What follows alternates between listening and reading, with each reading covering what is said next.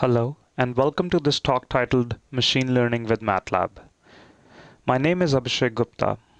I'm an application engineer with the MathWorks, focusing primarily on the financial services industry. I've been with the company for over 6 years now. By the end of this talk, my hope is that you will get more than an overview of machine learning. You'll have an understanding of the many machine learning algorithms available in MATLAB, and you will see how MATLAB is a very good interactive environment for evaluating and choosing the best machine learning algorithm for your problem. Why should we care about machine learning? The discipline of data analytics, which we'll talk about in the next slide, is actually driven by machine learning.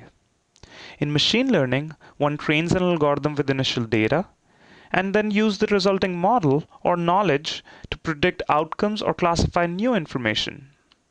So what is data analytics and why is machine learning critical in this area? Data analytics solutions let organizations improve business outcomes by allowing them to identify patterns and build predictive models around them. The data involved may come from multiple sources. It may be streamed from sensors in a car or agricultural equipment. It may be read from a database or some sort of a file. Data analytics has some key challenges. One may be overloaded with data, lots of observations, lots of variables, right? Now one may want to use the information in the data to aid in decision making. Thus, one may want to make sense of the data using analytics and then integrate that knowledge with enterprise-wide systems for decision making. Machine learning is the advanced analytics tool that lets you extract intrinsic value out of your data. Machine learning has application in a variety of different industries, ranging from financial services to pharmaceutical. Applications vary from tumor detection and drug discovery to recognizing patterns in images, videos, or audio data. Anywhere there is a need to predict something, machine learning perhaps is suitable. There are some inherent challenges associated with machine learning, though. It's a very complex field of study. There are so many predictors, so many algorithms. Where should I even start? Which one is the most suitable for my needs? Typically, machine learning may entail black box modeling. Is that suitable for my application? Do I have the technical know-how to deal with it? And most important of all, it may take numerous iterations before you find a suitable model, or you may be working with large data sets which take a lot of time to process. All these things have an impact on how long it takes for you to get to the results. Today, I want to highlight how MATLAB can be used to address all of these challenges. MATLAB not only provides an interactive environment to visually explore the data and gain insight, but along the way, you may identify some interesting questions to ask off of your data. There are apps that allow to help you explore the impact of different models on your data. The framework makes it easy to iterate over different algorithms and measure their accuracy. One can also incorporate parallel computing paradigms to speed up computations. And not only that, once you're happy with the models, you can integrate them in your larger data analytics and decision-making workflow. Machine learning can be branched into unsupervised learning and supervised learning. Now, in case of unsupervised learning, you group your data based on some similarity or characteristic. You may not have a priori knowledge about the groupings themselves. There are several clustering techniques available to help us with this endeavor. In case of supervised learning, one creates a model to predict a quantity of interest. We'll call it output or response variable. You have an expectation of what factors, called inputs or predictors, will have an impact on response, even though you may not have an understanding of the exact relationship. You would use the predictors and response data to train your model and use the model to make predictions, given only the input data. If your response is discrete in nature, for instance, if you're trying to predict tumor size into small, medium, or large, then it is a classification problem. If your response is continuous in nature, for instance, if you're trying to predict electricity demand from a grid in kilowatt hours, then it is a regression problem. There are a variety of clustering algorithms available in MATLAB. Today we will cover both partitional clustering techniques as well as overlapping clustering techniques. Partitional clustering techniques assign each data point into a single cluster. For instance, k-means, hierarchical, self-organizing maps, etc. On the other hand, in case of overlapping clustering techniques, a data point may simultaneously belong to more than one cluster. It computes the probability of a data point belonging to a particular cluster. For instance, Gaussian mixture models, fuzzy c-means, etc. In our example, we'll cover many of these techniques. MATLAB has several algorithms for linear, nonlinear, and non-parametric regression, including neural networks, boosted and back decision trees. All of these techniques can be used to solve a classification problem as well. Additionally, some other algorithms are available for solving a classification problem. We will begin by solving a classification problem leveraging many of the algorithms listed here. Before we jump into our example, let us look at a typical workflow for supervised machine learning. You begin by importing the data, pre-processing it, and cleaning it up. You may spend some time exploring the data, perhaps creating some visualizations and identifying your variables of interest. In the next step, you would select a model and train the model on the data. Then you would measure the accuracy of the model for comparing different models as we'll create. You may then select another algorithm and repeat the process. This step can be very iterative in nature. Once you select the best model, you can use it to make predictions on the new data set. As we are moving through this workflow, we'll look for opportunities to speed up our computations. Many of these tasks in the workflow can be computationally intensive. Classification lets you predict the best group a new observation belongs to. In this example, we have data from a marketing campaign conducted by a bank. They were selling a term deposit product. They collected information around each contact with a customer. This included customer information such as their age, marital status, etc., and campaign information such as how and when they were contacted, how long did the calls last, and so on. All these will be used as inputs to our model. Each observation was also labeled such as yes, they bought the product, or no, they did not buy the product in the end. This is what we want to classify. Classification lets you accurately group data you've never seen before. When we are done, MATLAB will produce a report like this. I've added comments describing all the steps of my analysis. The code that is required is also embedded in this report.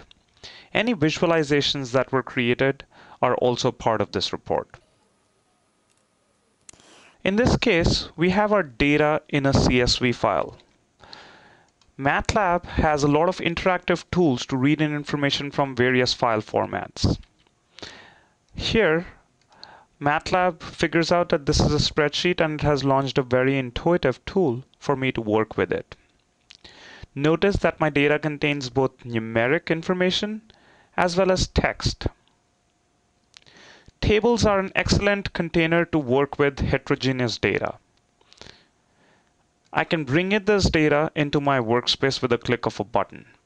In fact, this app, many other apps I will show you, and most other apps I will not get a chance to show you, have this capability of auto-generating code. I can ask MATLAB to give me this code that I can use to automate all the steps of the analysis. In fact, if I want to teach myself a bit of MATLAB, I can do that as well.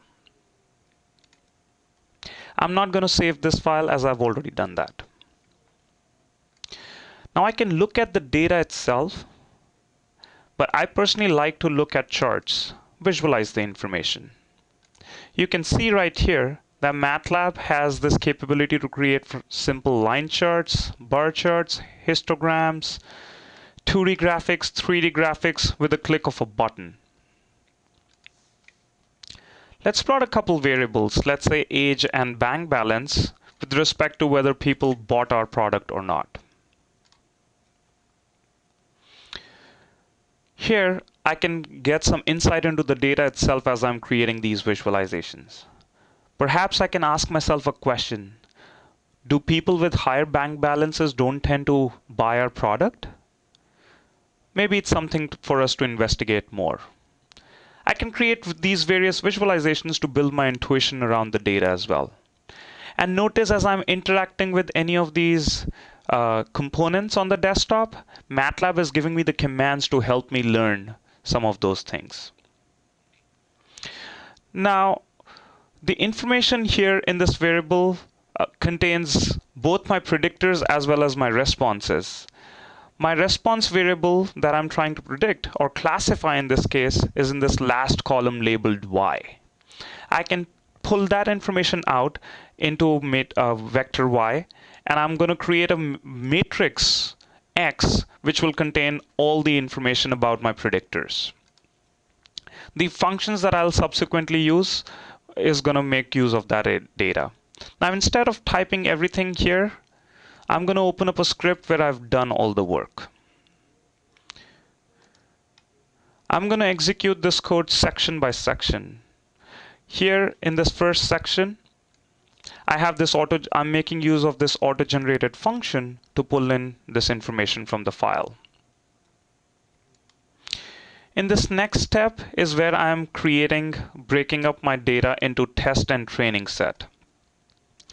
And I'm also making use of these functions like CV partition that allow me to break my data into test set and training set. The training set will be used to train the models, calibrate parameters of the models, and the test set will be used for doing out-of-sample reporting of the models for comparison purposes.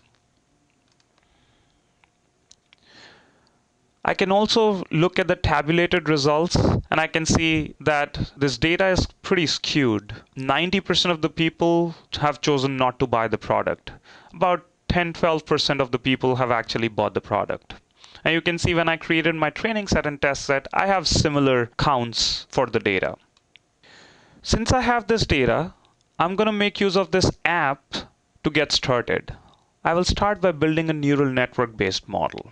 There are a bunch of apps available in MATLAB to help me explore the depths of different toolboxes or libraries that come along with the tools.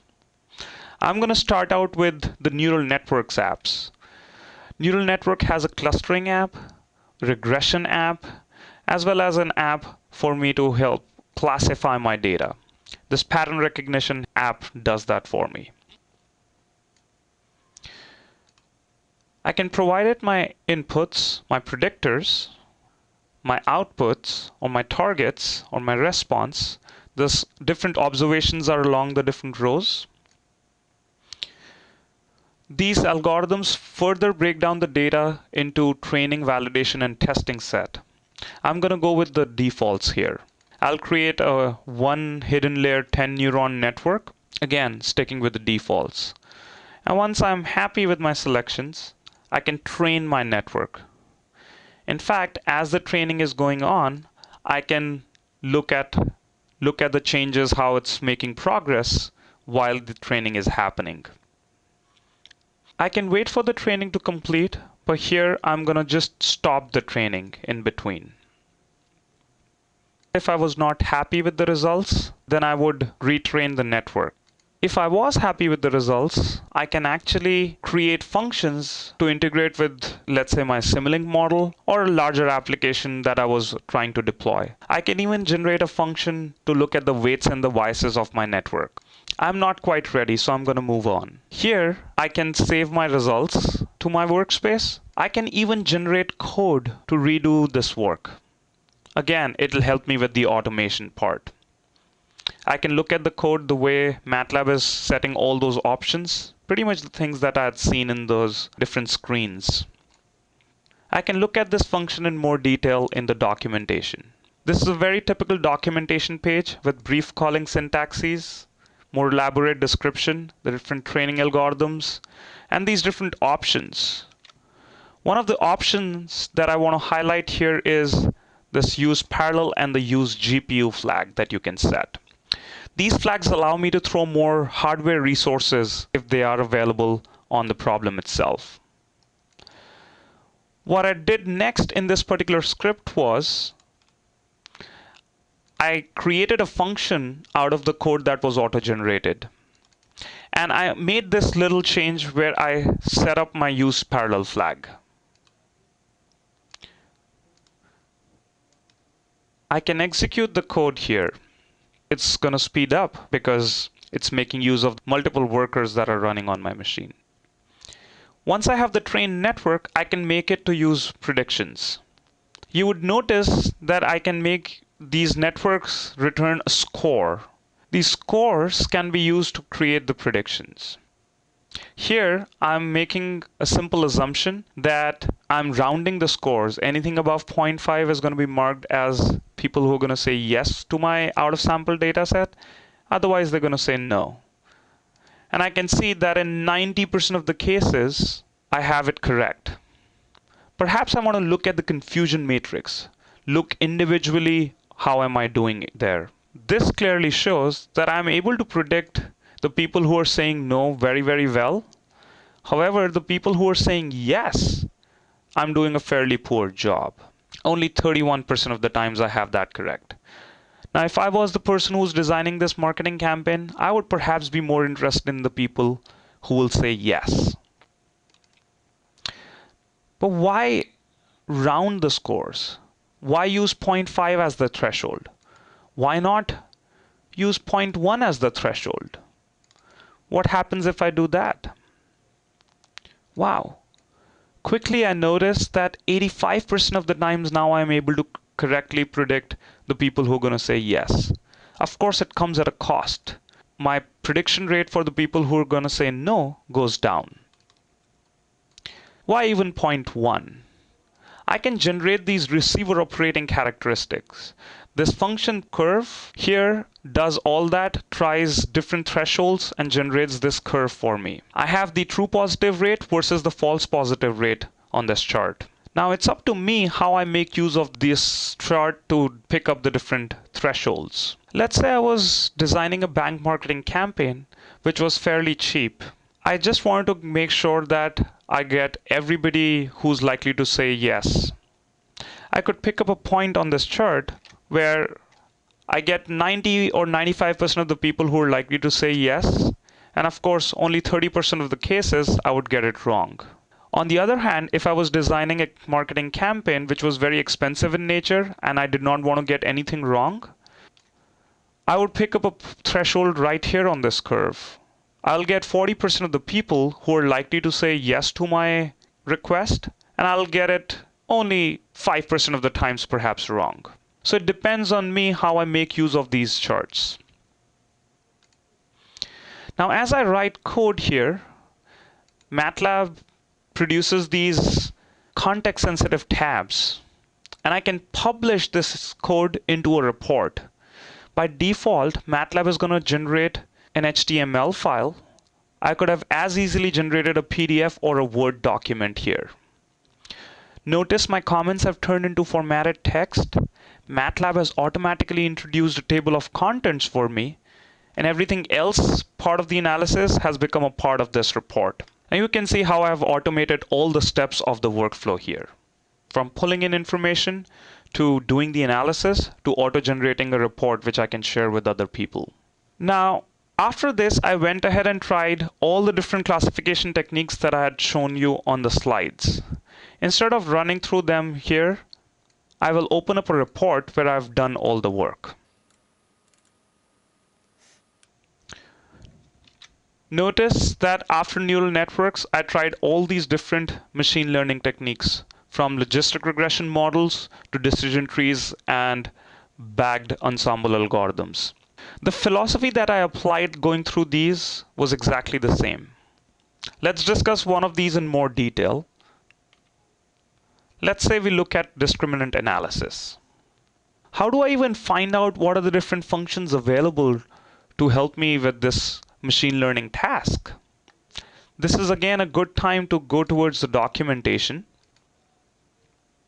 I can search for things, and if I know where to look for, I can find this whole section dedicated in the statistics toolbox to machine learning.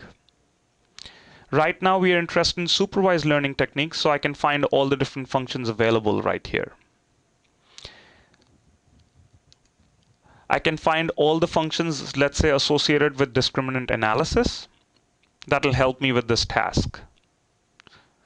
There are complete elaborate examples to walk me through this whole workflow as well.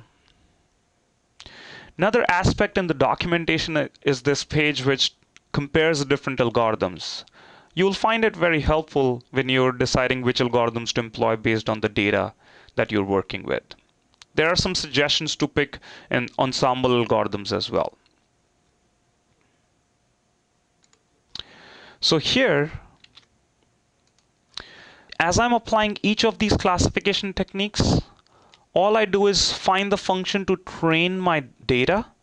The data that I had prepared earlier can be used as it is with all the classification algorithms. I train the data, train the model, use that model to make a prediction for my out of sample data or my test data, and then generate some sort of a metric that I can utilize to compare the different algorithms. Here I'm going to be making use of confusion matrices. I went through and applied all of these different techniques.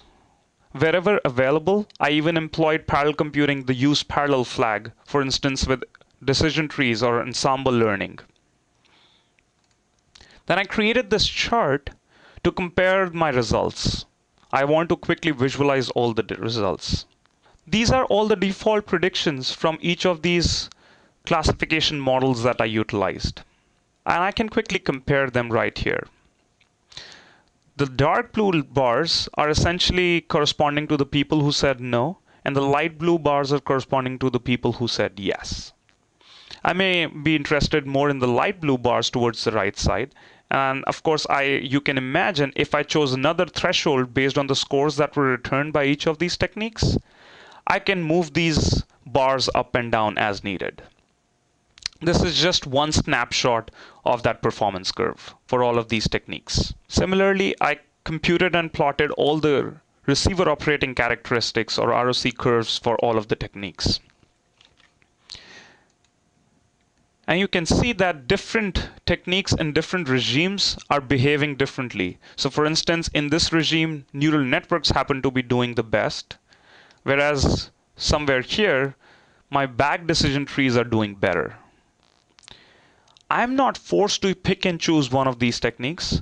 Perhaps I can combine the results from these different models and come up with my own classifier, which is better than these. And in the next, that is exactly what I'm doing. I'm combining the scores. I'm taking averages. I'm creating another classifier by looking at the medians and a voting scheme. And here I'm looking at the results for that. And in the combined results, I see in many cases, I have a better classifier when I make use of the combo median technique for this particular data set. There are certain regimes where my combo mean is actually doing better. And my voting technique did not really do well in this particular case. Point is, you can try these different techniques and use a combination of them as well if you wanted. You don't have to restrict yourself to what you've learned in perhaps the books that you've been reading. A lot of people don't stop here. They even look at what is the impact of the different predictors on the data itself, on the models that they're creating. I will not go into too many details, but some of the things that are covered in this particular section are how many trees should be sufficient for me to create a model that is equally effective when I'm applying these ensemble learning techniques. Perhaps I want to look at the relative importance of all the different predictors that I had in my data.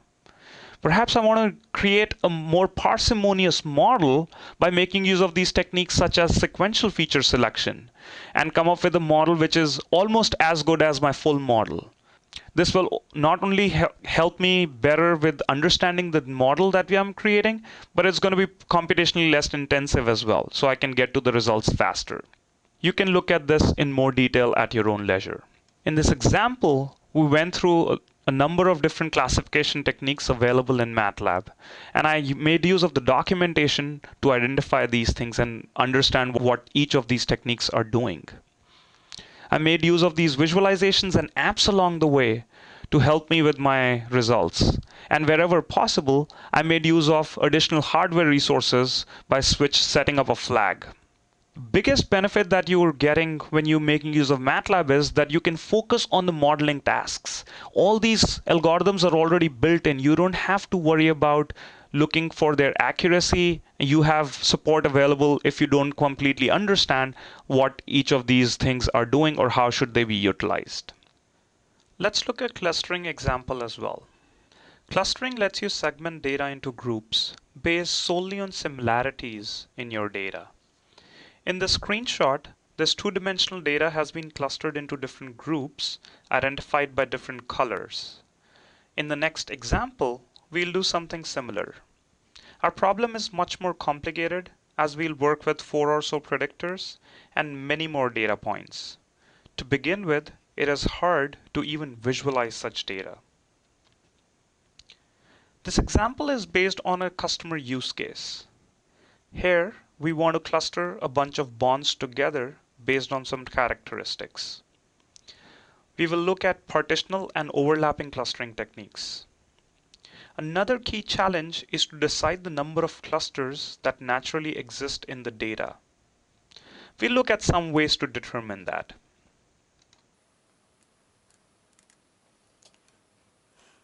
So let's step through this code again as we did earlier. I have some data already available that I've loaded here. I have some bonds information and a bunch of features associated with those bonds, including credit ratings and coupon rates and other things. Now notice I have this first column where I have corporate and municipal bonds. This is a categorical variable. And here, this column 8 is rating, which contains credit ratings, where AAA is considered to be a better rating than, let's say, a triple C. So there is an order associated within the ratings. When I have defined some of my variables as categorical and ordinal, I can very easily slice that data. For instance, here I'm going to only work with corporate bonds which have been rated double C or higher.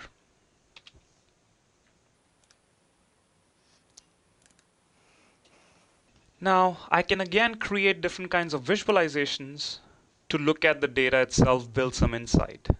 Perhaps I can plot the coupon rate and the yield to maturity along with credit ratings on a chart.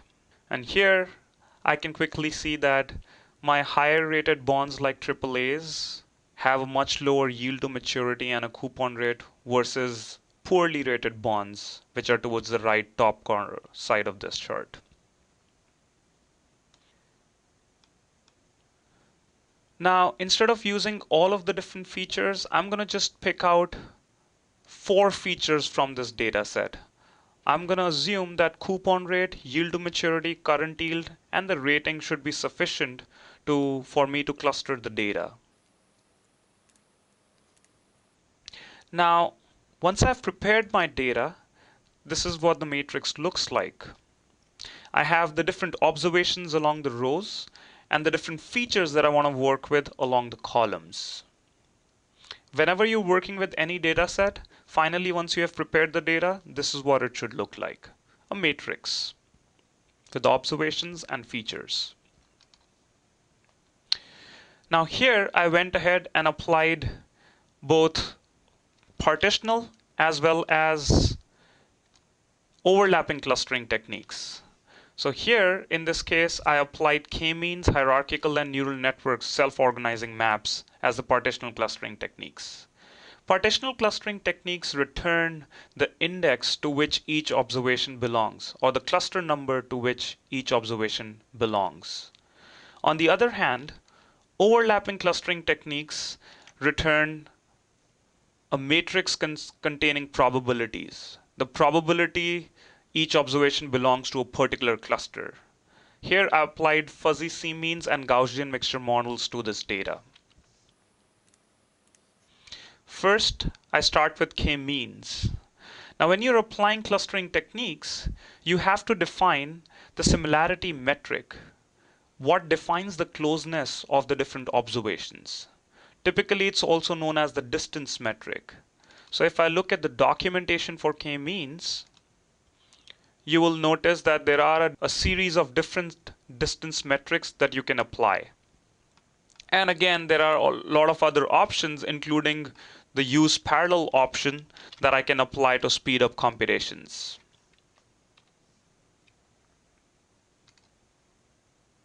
I also wrote this helper function, plot bond clusters, that allows me to visualize the data. Now here you will notice it creates a three-dimensional visualization. I have just chosen 3 out of my 4 features to plot on this particular chart. The coupon rate, the yield to maturity, and the credit ratings. The different colors suggest the different clusters that each data point has been put in. In a similar way, I can choose the function related to hierarchical clustering, and I can cluster the data accordingly. In case of hierarchical clustering, what MATLAB does is it takes the points which are close to each other and assigns them into a cluster. So at the beginning, all of the points belong to their own cluster, and then the closer ones are put into another cluster until all of the points come along and get clustered into a single cluster. Hence the name hierarchical clustering. And the results can be seen here. Again, you can choose different similarity metrics while applying hierarchical clustering as well. I've made use of the neural networks clustering app to auto-generate all of this code that does self-organization maps for clustering this data. And notice I am making use of the same function to visualize my results. And I have another result for clustering making use of SOMs. Neural networks also have something known as competitive layers that can be used for clustering as well. In case of overlapping clustering techniques, as I had mentioned earlier, it's going to return, instead of a vector, it's going to return a matrix. In this particular case, a matrix U that contains the probabilities. And I'm making use of fuzzy c-means here. Now if I look at U,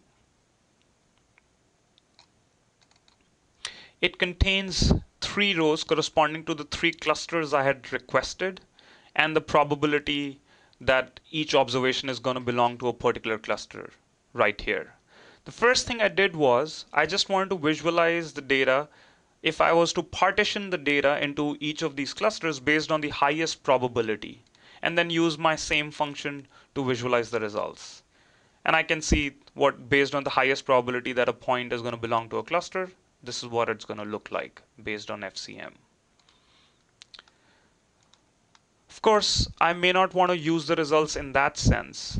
I may want to visualize the probability planes itself. And this visualization allows me to see that. I can use these probabilities depending on my needs. Perhaps I want to use the probability as weights while I'm pricing these bonds based on the different characteristics of the different clusters. Similarly, I apply Gaussian mixture models. Again, all of these functions, information about these functions is available in the documentation. And the first thing again I did was, based on the highest probabilities, partition the data. And then I can look at, again, the probability planes. Here I'm looking more at a heat map of the probability planes. So far I have been requesting these algorithms to give me 3 clusters. Do 3 clusters exist in my data naturally? Are there more or are there less? You can ask any of these algorithms to give you X number of clusters and they will give you, no matter whether those many clusters exist in the data or not. It is the responsibility of the user to figure out how many clusters naturally exist in the data.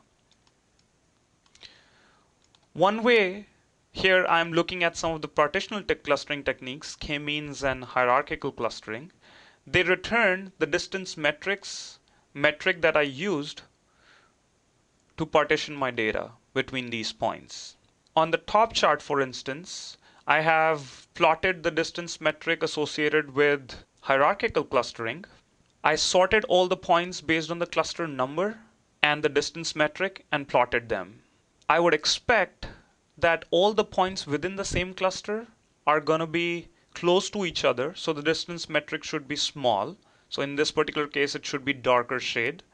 Whereas those same points should be farther away from other points in the other clusters, so the distance metric should be higher.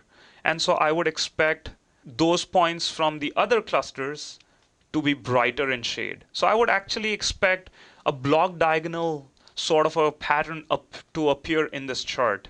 And that is what I see for both hierarchical as well as k-means clustering. So I can visually see whether these many clusters naturally exist in my data or not. For hierarchical clustering, what I can also do is generate dendrograms. Dendrogram is a plot that allows you to visually see the linkages of the different points in the cluster. These vertical lines are proportional to the distance metric that is being used while the cluster was generated. Now I would expect, if there are naturally X number of clusters in the data, I would expect longer lines towards the top and shorter lines towards the bottom of this chart, because the points in the same cluster should be close to each other. And then overall, when you start connecting clusters, points which are far from each other, then the lines should be longer. Now, wherever I cut this dendrogram is going to determine how many clusters I'm going to get. For instance, on the y-axis, if I cut the dendrogram around 0.9, I'll get 2 clusters, whereas if I cut the dendrogram at 0.7, I'll perhaps get 3 clusters. I've also put down the cophonetic correlation coefficient at the top of this chart. That is a coefficient that tells me how truly the length of these vertical lines is representative of the similarity metric that I have used. I would like to see this correlation coefficient to be high, because that means that these lines are reliably representing the distance metric that I'm utilizing on this chart.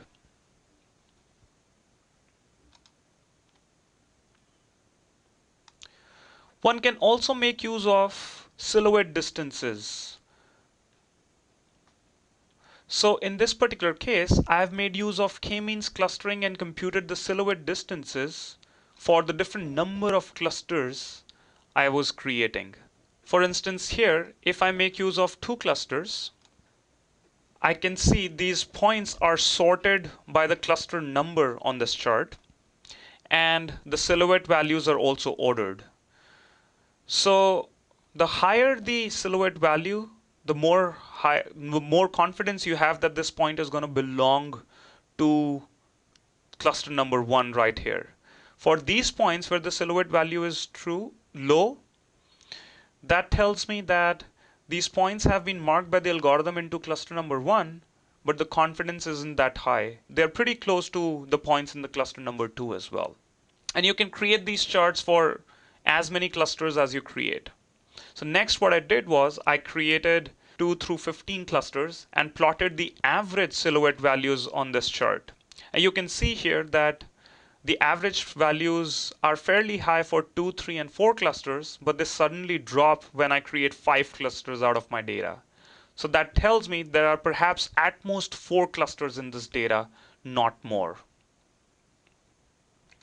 There are few different clustering evaluation metrics available in the documentation. You can utilize these other evaluation metrics as well to see how many clusters naturally exist in the data that you're working with.